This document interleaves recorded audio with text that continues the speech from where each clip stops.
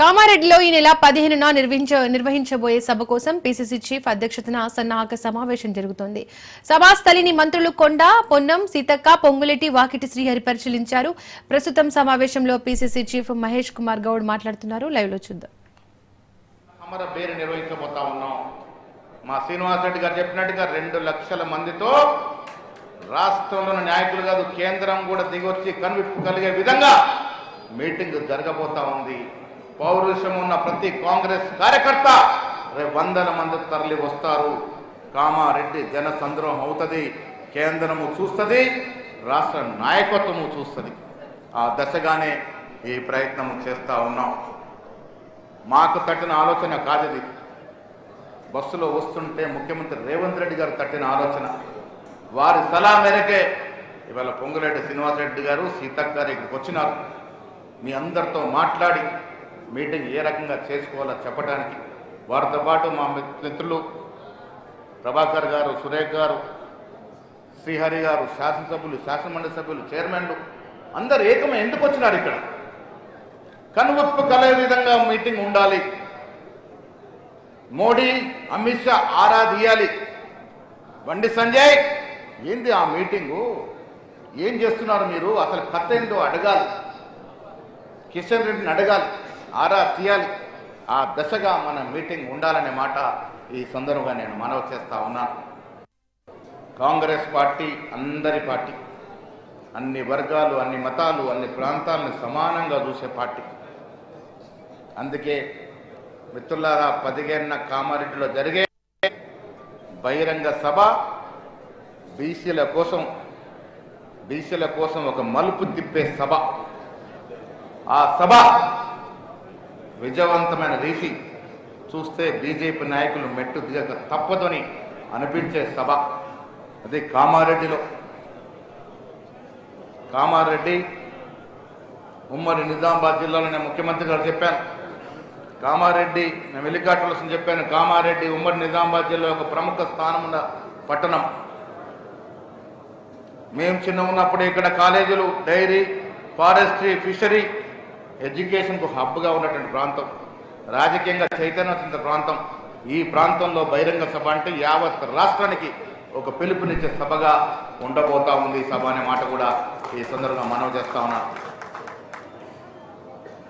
రేవంత్ రెడ్డి గారి ఈ 2 ఏళ్ల పాలన మీరు చూసినారు. అభివృద్ధి కానీ సంక్షేమం కానీ ఇచ్చిన మాట ప్రకారం పోయిన బీఆర్ఎస్ నాయకుడు అప్పుల పాలు చేసిపోయిండు. మన నిజామాబాద్ జిల్లాలో మీటింగ్ పెట్టుకొని మన కోడలు కవిత గురించి 2 మాటలు మాట్లాడుకోవాలి. మన జిల్లా కోడలు కవితమ్మ, జిల్లా కోడలుగా అభిమానిస్తాం. కానీ లిక్కర్ రాణిగా ఆమె తెచ్చిన చెడ్డ పేరు జిల్లా అంతా కూడా బాధపడే విధంగా ఉందనే మాట కూడా మనవి చేస్తా ఉన్నాను. ఇవాళ వారు జరిగిన అవినీతి గురించి చెప్తా ఉంది. చాలా సంతోషం. మీ అందరికీ మేము వేదిక పైన అందరం చెప్తూనే ఉన్నాం. 10 ఏళ్లుగా టీఆర్ఎస్ నాయకులు ఈ రాష్ట్రాన్ని దోచుకున్నారు, మన సొమ్మును దోచుకున్నారు, కాళేశ్వరం పేరిట దోచుకున్నారు, భూముల పేరిట దోచుకున్నారు, ఐటీ పేరిట దోచుకున్నారు అనే మాట చెప్తే అక్కడక్కడ ఒక 25% మంది నమ్మలే. కాంగ్రెస్ వాళ్ళు చెప్తారో కొంత నిజం ఉండొచ్చు అనుకున్నారు. కానీ కవిత గారు, కేసీఆర్ కూతురు గారు సాక్షాత్ ప్రెస్ మీట్ పెట్టి మేము దోచుకున్నామనే మాట రూపిడి చేసింది. 10 ఏళ్ళు లూటీ చేశామనే మాట చెప్పింది. మా బావ, మా అన్న, మా తోడబుట్టిన అందరం కలిసి దోచుకున్నామనే మాట చెప్పింది. ఎందుకు బయటపడింది? వాటాల్లో తేడాలు వచ్చి బయటపడింది. ఆమె బాధ అంతా దోచుకున్న సంపాదనలో ఎక్కువ వాటా నాకు, మా కేటీఆర్ అన్నకు రావాలి, కానీ మాకన్నా ఎక్కువ వాటా హరీష్ రావు, సంతోష్ రావుకి ఎట్లా పోతుందని బాధ. ఆ వాటాల్లో తగాదనే ఇలా 4 ముట్టలై బయటపడ్డారు. ఒప్పుకుంది కేసీఆర్ బిడ్డ కవిత, ఒప్పుకుంది మేము దోచుకున్నాం ఈ రాష్ట్రాన్ని అనే మాట ఒప్పుకుంది. నేను పత్రికా సమావేశం చెప్పాను. కవిత గారు సంతోషం ఇవాళ ఒప్పుకున్నారు, రాజీనామా చేశారు, మంచిదే. కానీ ఈ మాట ఒక 5 ఏళ్ల కింద ఉంటే, వారు అధికారులు ఉన్నప్పుడు ఈ మాట ఉంటే, నాయన మా బావ, మా అన్న ఈ రాష్ట్రాన్ని దోచుకుంటారన్న మాట ఒక 5 ఏళ్ల కింద చెప్తుంటే ఇలాంటి వేదికల మీద పిలిచి సన్మానం చేసేవాళ్ళం. అంతా అయిపోయి దోసుకుందంత పంచుకొని లూటీ చేసి కాళేశ్వరం ప్రాజెక్టు కొట్టుకపోయి మేడిగడ్డకు బీటలు వారి అంతా అయిన తర్వాత ఇయ్యాల లెక్కలు చెప్తుంది మహారాణి. నిజంగా కూడా 5 ఏళ్ల కింద నువ్వు ఎదురొచ్చి బయటపడి చెప్పుంటే రాష్ట్ర ప్రజలు నిన్ను అంగీకరించేవారు.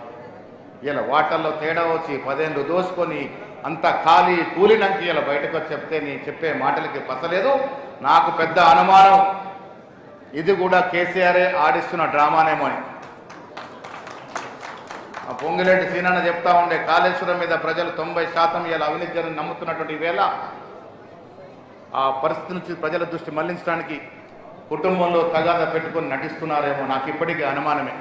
ఇంకేదో రోజున కవిత అయిపోయింది రా అంటే ఈమె బోధ ఆయనకి పోదా, హరీష్ రావు మరదల ఏదో అయిపోయింది రా జాయిన్గా అంటే పోదా, బయట ఉంటుందా పోకుండా. కుటుంబం అంతా దొంగలే, దొంగల మూట రాష్ట్ర